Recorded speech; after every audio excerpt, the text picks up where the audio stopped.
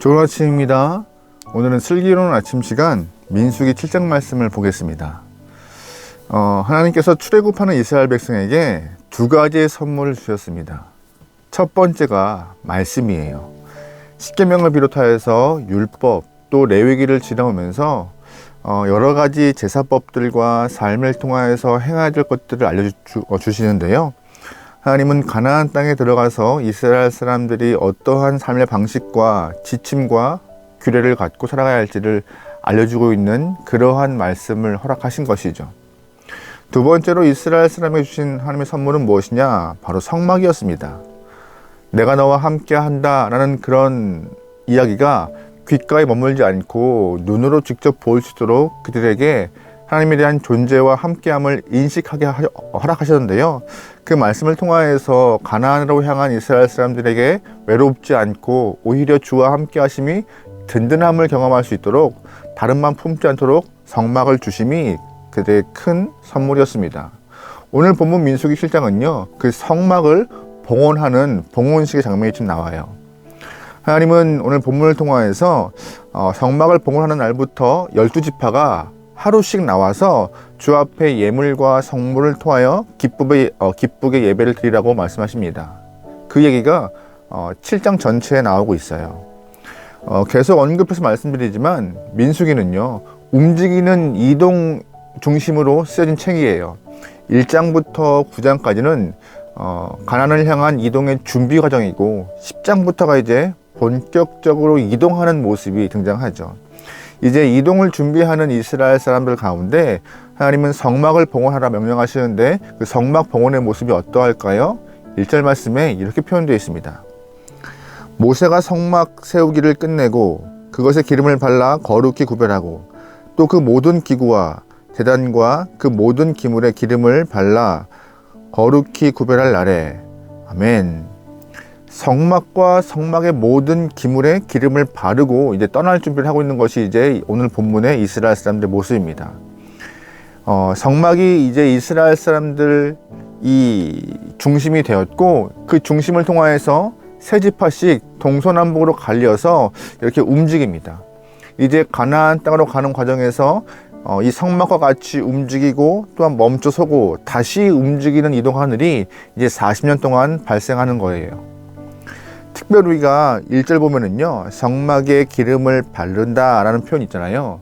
어떤 의미냐면은 기름을 바른 이후에야 우리가 일을 시작하겠다 라는 뜻이에요. 기름 바르고 이제 성막을 봉헌식을 하여서 주 앞에 온전히 예배를 드린 이후에 이렇게 이스라엘 전체 중심이 되겠다는 그런 의미인데요.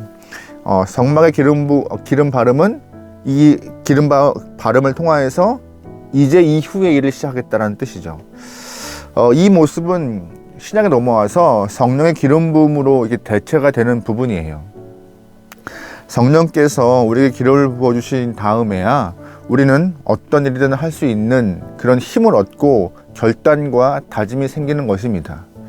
예수님께서도 이 땅에 오신 이후에 공생애를 시작하실 때 가장 먼저 행하신 것이 바로 세례였어요. 본인이 세례를 받으시고 세례 받은 이후에 무트로 올라오실 때 이제 하늘에서 음성이 들리죠. 이는 내 사랑하는 아들이다, 내 기뻐하는 자다. 그때 하늘에서 음성이 들리고 성령의 비둘기가 예수님과 함께 함이 복음서에 드러나 있습니다.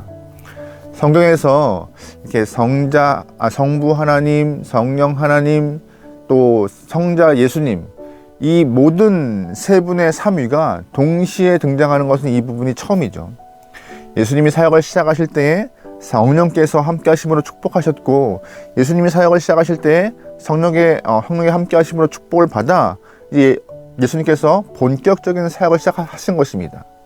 기름 부으심, 성령의 함께 하심과 기름 부으심이 있고 난 이후에 사역이 시작된 거예요. 제자들 또한 3년 동안 주님과 동행했습니다. 하지만 제자들은 예수님 마음을 다 이해하지 못했어요. 그 이후에 제자들은 3년 동안의 주님의 마음을 좀 알게 되고 모습을 알고 주님의 뜻을 좀 조금이나마 그의 행적에 대해서 하나님의 마음을 볼 수 있었지만 온전히 주의 마음을 다 알 수 없는 과정 가운데 예수님은 십자가에서 돌아가시고 이제 하늘로 승천하시는 모습이 나옵니다. 승천하신 이후에 예수님께서 제자들에게 주신 것이 있어요. 선물로 성령을 허락하셨죠. 성령을 받은 이후에야 이제 제자들은 진짜 그의 삶에서 위대한 사도의 면모를 다 보이게 됩니다.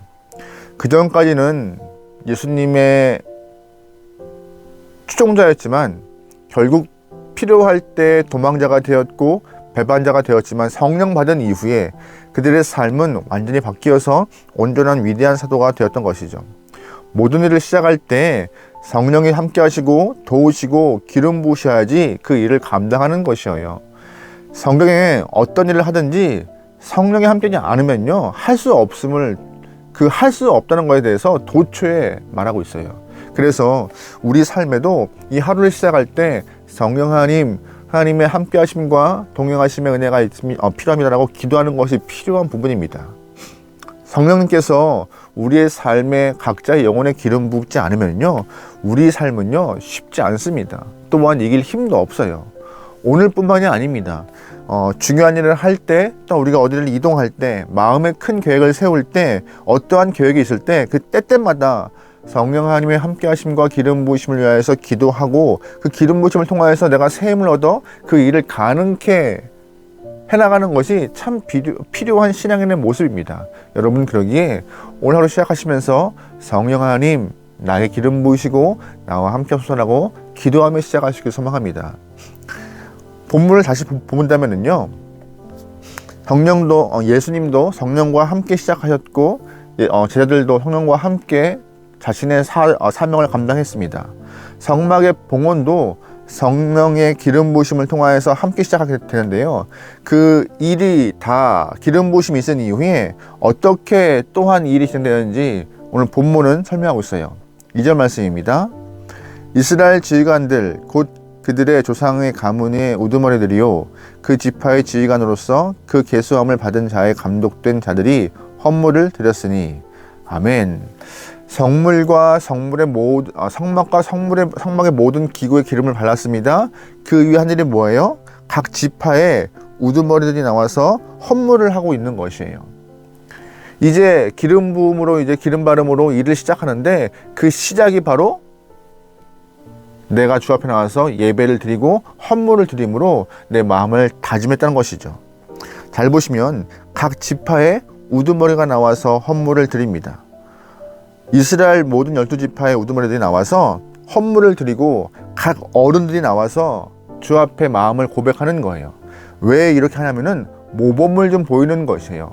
각 지파의 가장 어른들이 나와서 매일마다 예배를 드리고 마음을 드리고 헌물을 드림으로 인해서 후대에 있는 사람들이 보고 배우는 것이 필요하고, 또한 가나안으로 걸어가는 여정 가운데 순종하고 주 앞에 복종하는 모습을 가져야 함을 배우는 것이죠.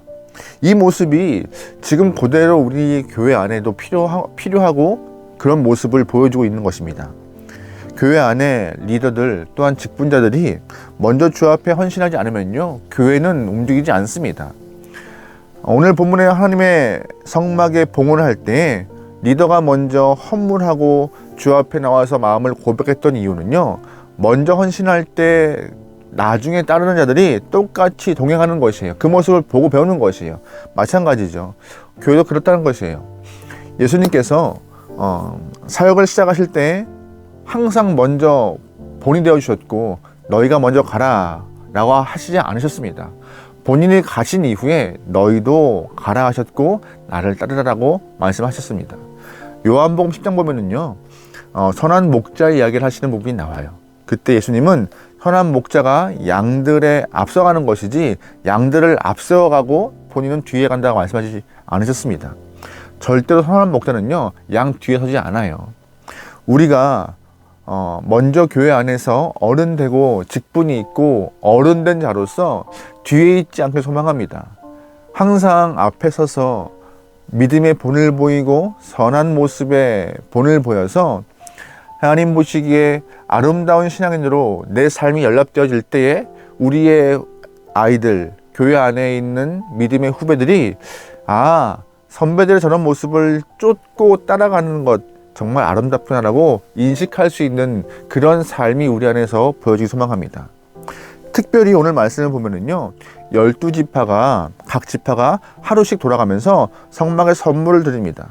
근데 이 12일 동안 12지파가 성막에 헌물을 하는데 모든 지파가 다 같은 형편은 아니었을 거예요. 허락하신 그런 성막 봉헌회에서 같은 제물을 같이 드려야 되는데 다 형편이 달라서 어떤 지파들은 여유롭게, 어떤 지파들은 쉽지 않은 마음으로 그 헌물하는 마음에 동참했을 것입니다. 하지만 중요한 것은 힘겹더라도 이 상황에 동참하여서 하나님의 성막이 세워지는데 하나님의 이 함께 하심에 기쁨을 드릴 수 있는 그 일에 동참하는 그 일을 아주 행복해 했을 것입니다. 저는요, 우리도 이 감사함으로 주 앞에 나와서 이렇게 내 모든 것을 드릴 수 있는 헌물을 할 수 있는 것에 대해서 기뻐할 수 있는 개념도 좋겠습니다. 이 헌물이라 함은 단순히 헌금을 말하는 것이 아니에요.